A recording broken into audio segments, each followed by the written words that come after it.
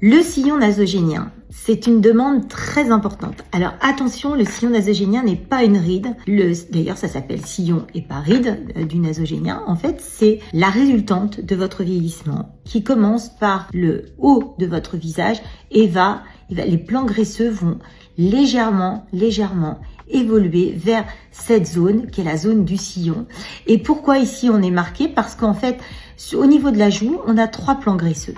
Mais quand on arrive au niveau de la lèvre, eh bien ici on a la peau, on a une très fine couche de graisse et ensuite on a le muscle orbiculaire de la lèvre. Donc en fait les plans sont totalement différents, d'où l'accumulation de la graisse sur cette zone-là et de cet effet boudin que l'on a et qui crée le sillon nasogénien. Attention, même jeune, vous pouvez avoir un sillon, c'est-à-dire que si vous avez une belle pommette, une pommette bien bombée, eh bien elle crée un petit sillon et ça c'est tout à fait normal. Donc comment on les traite? En fait, il faut pas injecter un sillon d'emblée. Il faut d'abord traiter l'origine du problème, qui sont les zones latérales du visage.